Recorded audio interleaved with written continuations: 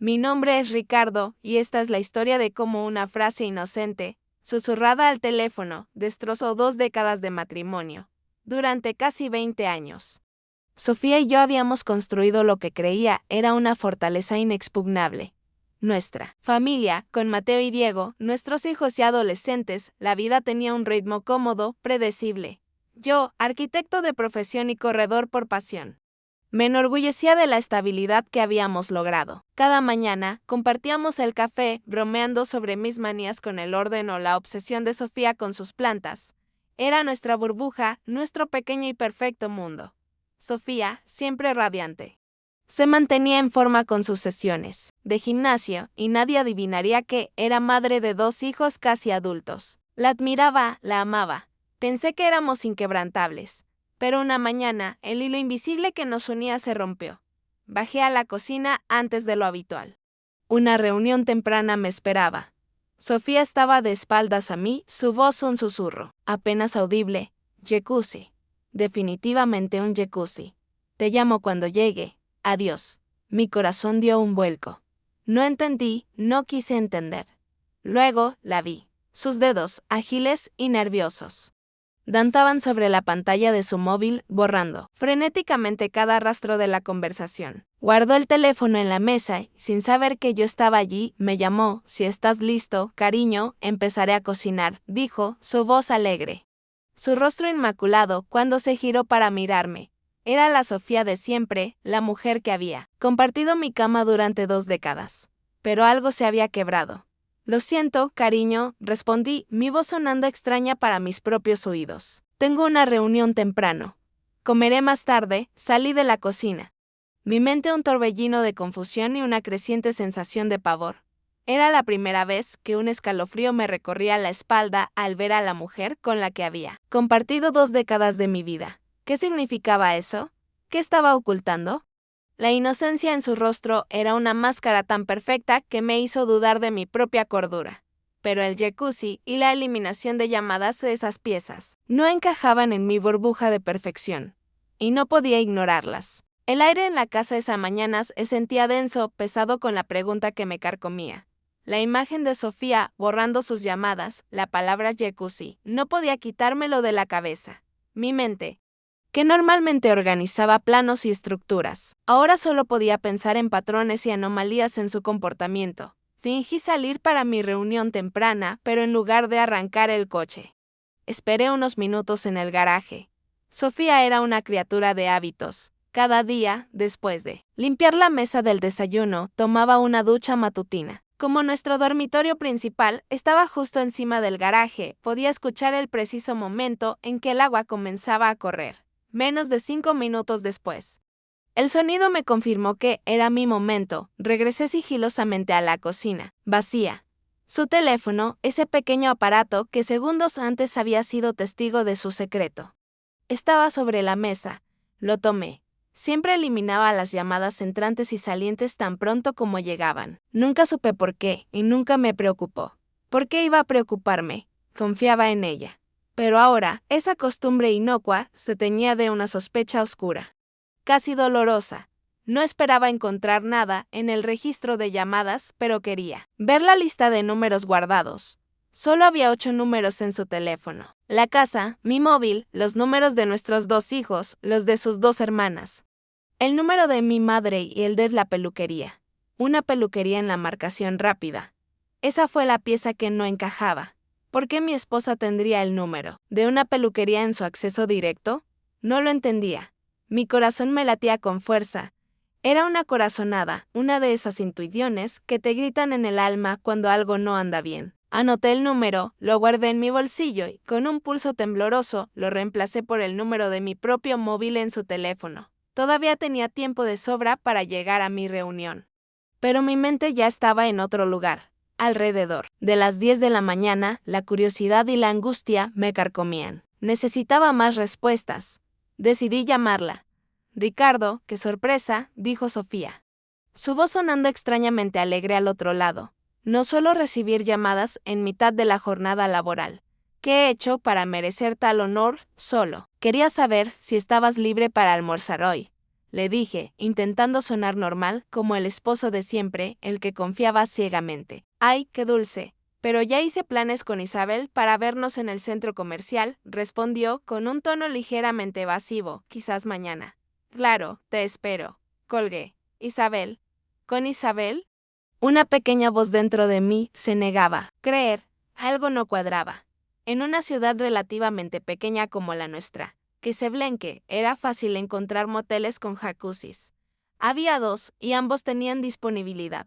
Sin embargo, el Descamotel tenía 3 y uno de ellos estaba reservado para todo el día. Eso simplificó las cosas.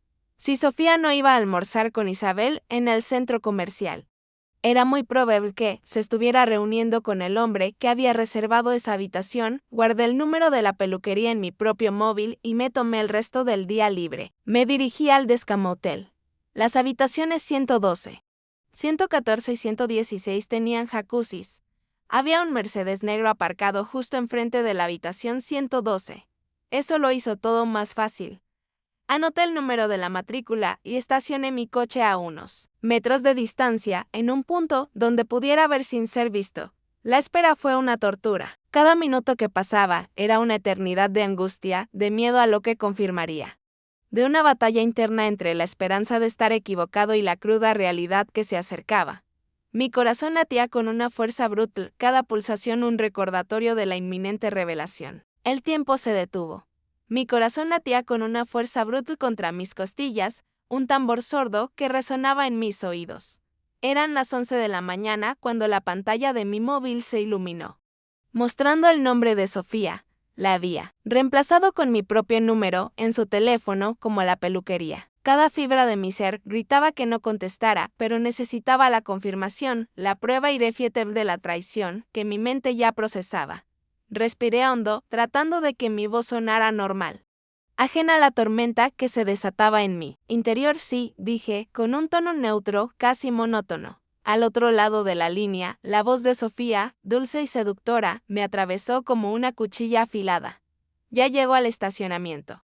Amor, abre el vino y prepara el jacuzzi. Mis entrañas se retorcieron. El asco, la ira y una profunda tristeza se mezclaron en una náusea helada. Amor, preparar el jacuzzi. Era la confirmación, la puñalada final. Apreté los dientes, mis nudillos blanqueándose al sostener el teléfono, pero mantuve mi fachada de normalidad. Claro, aquí te espero. Colgué. El coche de Sofía se acercaba lentamente a la parte trasera del motel. Me apoyé contra mi propio vehículo, el móvil aún en mi mano, como un arma. Su coche disminuyó la velocidad y la vi. Sus ojos, antes llenos de la calidez que creía conocer, se abrieron de par en par. Sus pupilas dilatadas por el shock. La sonrisa coqueta que adornaba su rostro se desvaneció, reemplazada por una expresión de horror puro. Ricardo, ¿eres tú?, preguntó, su voz un hilo apenas audible, temblando de incredulidad. Sí, cariño, respondí, mi voz fría como el hielo, sin una pizca de emoción.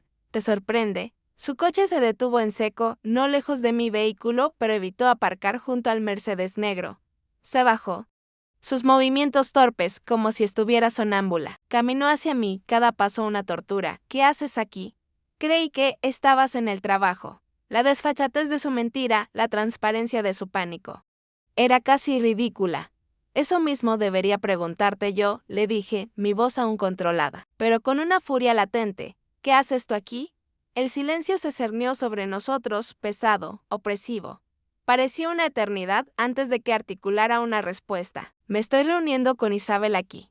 Decidimos ir al centro comercial juntas. Era tan absurdo, tan insultante, que ni siquiera me molesté en responder. La miré, mis ojos fijos en los suyos, que ahora reflejaban una mezcla de miedo, vergüenza y una culpa inmensa. Saqué mi teléfono y marqué el número de la peluquería real, el que había anotado antes. Cuando un hombre contestó al otro lado de la línea, mi voz fue clara y concisa. Hola, solo quería avisarle que Sofía no podrá venir hoy. Y parece que su coche está siendo remolcado. En ese instante, la puerta de la habitación 112 se abrió. De golpe, el doctor Luis Méndez, ese hombre afable, respetado en la ciudad, el amigo de la familia, el que había ido a nuestras cenas, a las fiestas de nuestros hijos, salió para revisar su coche. Su mirada se encontró con la mía. La sorpresa en su rostro era tan palpable como la de Sofía. Su cara, antes confiada, se volvió un lienzo de terror. De la sorpresa pasó al pánico, sus ojos se abrieron desmesuradamente como si hubiera visto un fantasma. Estaba tan pálido como Sofía, inmóvil, sin palabras. La amistad, la confianza. Todo se desvanecía ante mis ojos en una nube de decepción. No solo mi esposa me había traicionado, sino también uno de mis amigos. Miré a Sofía, luego a Luis, mi mirada llena de una frialdad que nunca antes había sentido. No desperdicien el buen vino, Sofía, dije, mi voz carente de emoción, un gélido sarcasmo que no podía ocultar la herida profunda. Que tengan un buen día. Nos vemos en la cena. Me di la vuelta. Subí a mi coche y arranqué. Al alejarme, los vi a ambos en el espejo retrovisor. Dos figuras congeladas en el tiempo, sus rostros una mezcla de shock y humillación, mientras el Mercedes negro seguía allí. Un mudo testigo de la explosión que acababa de ocurrir. La verdad había salido a la luz, pero con ella todo lo que creía conocer se había desmoronado en un instante. Y yo, Ricardo, acababa de iniciar el capítulo más doloroso de mi vida, sin saber cómo recoger los pedazos. Conducía sin rumbo, mi mente en blanco y mi corazón hecho pedazos. El coche se movía por inercia, pero yo estaba en otro lugar, en un abismo de incredulidad y dolor. La imagen de Sofía y Luis, inmóviles en el espejo retrovisor del motel, se repetía una y otra vez en mi cabeza. Una cruel fotografía de la traición. 20 años. 2 décadas de risas, de proyectos, de una vida construida con tanto esmero. Reducidos a cenizas en un instante, un escalofrío helado recorrió mi cuerpo, no de frío, sino de la más profunda desesperación. No sabía dónde ir, solo necesitaba alejarme, escapar del aire contaminado por esa revelación. Finalmente, detuve el coche en un pequeño parque, desierto, lejos de cualquier mirada. Allí, el dique se rompió. Las lágrimas, que no habían brotado en el motel, cayeron ahora sin control, quemando mi rostro, llevando consigo la ira, la decepción y una profunda sensación de vacío. Me sentía despojado, como si me hubieran arrancado el alma. Mi primera llamada fue a Laura, mi hermana. Necesitaba desahogarme con alguien. Y ella era la única que podía entender el terremoto que acababa de vivir. Su voz, al principio, era de sorpresa, luego de rabia. Escuchó en silencio mi relato entrecortado y al final solo dijo: «Vente a casa, Ricardo. Te espero». Su apoyo fue un ancla en ese mar embravecido. La tarea más difícil, la que me destrozó por completo, fue enfrentarme a nuestros hijos, Mateo y Diego. ¿Cómo explicarles que su madre, la mujer que los había criado, que les había dado tanto amor, era capaz de algo así? ¿Cómo decirles que su hogar, su refugio, se estaba desmoronando? Recuerdo sus rostros, al principio confundidos, luego llenos de una mezcla de shock, tristeza y una incipiente ira. Vi el dolor en sus ojos, la confusión en sus almas, y me odié, por no poder protegerlos de esa cruel realidad. Fueron días de silencios incómodos, de preguntas difíciles, de una distancia que se abrió en nuestro propio comedor. «Papá, ¿por qué mamá no está en casa?», me preguntó Diego, el menor, con una inocencia que me partía en dos. Yo solo pude abrazarlos, prometiéndoles que, pasara lo que pasara, siempre estaría ahí para ellos. En una ciudad pequeña como la nuestra, las noticias vuelan más rápido que el viento. Los rumores comenzaron a circular como una plaga. Las miradas de los vecinos, la compasión en los ojos de algunos amigos, el juicio silencioso en otros. Me sentía expuesto, vulnerable. Como si mi vida privada se hubiera convertido en un espectáculo público que era humillante y agotador. Había quienes me ofrecían palabras de aliento y otros que, con una curiosidad insana, querían saber cada detalle morboso. La mayoría, sin embargo, evitaba el tema, dejando un vacío incómodo en cada conversación. Los mensajes de Sofía inundaban mi buzón, sus llamadas vibraban sin cesar, peticiones de explicaciones, súplicas de perdón, promesas de cambio. Pero, cada intento de contacto solo avivaba la llama de mi ira y mi dolor. Respondí a algunos, con una frialdad que no sabía que poseía. Le dije que no había nada que explicar, que la confianza estaba rota y no había vuelta atrás.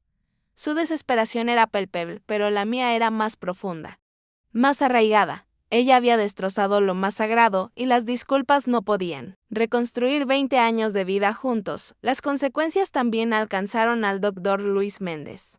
Pronto, los murmullos sobre su relación con Sofía se hicieron un escándalo abierto en la comunidad. Su reputación se vio manchada, su consulta perdió pacientes, y escuché que su propio matrimonio también se estaba desintegrando. No sentí satisfacción. Solo una tristeza amarga por la cadena de destrucción que se había desatado. Todos éramos víctimas de una verdad que había sido enterrada demasiado tiempo, una verdad que, al salir a la luz, había arrasado con todo a su paso. La caída había sido brutal, el dolor insoportable. Pero era solo el principio. Ahora venía la parte más difícil, recoger los pedazos y decidir qué hacer con las cenizas de un matrimonio que ya no existía. Las semanas que siguieron a la confrontación en el motel fueron una batalla constante, no solo contra el dolor de la traición, sino contra la abrumadora tarea de desmantelar una vida construida durante 20 años. La decisión de solicitar el divorcio era inamovible. Sofía intentó contactarme en varias ocasiones con mensajes que oscilaban entre la súplica, la justificación y, a veces, una rabia contenida. Pero yo había cerrado esa puerta. No había vuelta atrás. La confianza se había roto en 1000 pedazos, y nada que ella dijera o hiciera podría volver a pegarla. Había visto la verdad. Y esa verdad no me permitía regresar. El proceso legal fue tedioso y doloroso. Dividir los bienes, la casa, la custodia de Mateo y Diego. Cada objeto, cada documento, era un recordatorio de lo que habíamos sido y de lo que habíamos perdido. Aunque Sofía intentó discutir algunos términos, mi postura fue firme. No había espacio para negociaciones cuando la base de la relación se había derrumbado. Finalmente, llegamos a un acuerdo que, aunque doloroso, me permitió mantener la estabilidad de nuestros hijos. Mi prioridad absoluta. Ellos eran mi ancla, mi razón para seguir adelante. Por ellos, me prometí reconstruirme. Los primeros meses después del divorcio fueron un limbo emocional. Me sentía vacío, desorientado. La soledad, a pesar de estar rodeado de mis hijos, era abrumadora. Las preguntas se agolpaban en mi mente: ¿cómo no lo vi? ¿Cómo pude ser tan ciego? La rabia cedía paso a la tristeza, y la tristeza a un profundo cansancio. Intenté sumergirme en el trabajo, en mis carreras matutinas, pero el eco de la traición me seguía a todas partes. Decidí buscar ayuda profesional. La terapia se convirtió en un refugio. Un espacio donde podía explorar mi dolor y mi ira sin juicio. Aprendí a procesar la traición, a diferenciar entre el amor que había sentido y la realidad de lo que Sofía había hecho. Fue un camino lento, lleno de altibajos.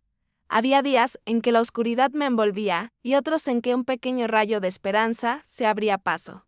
Mis hijos, Mateo y Diego, también estaban sufriendo a su manera, y ver su dolor me impulsaba a ser más fuerte. Nos apoyábamos mutuamente, reconstruyendo nuestros lazos como familia en medio de la tormenta. Con el tiempo, empecé a ver pequeñas victorias. Una risa genuina de Mateo.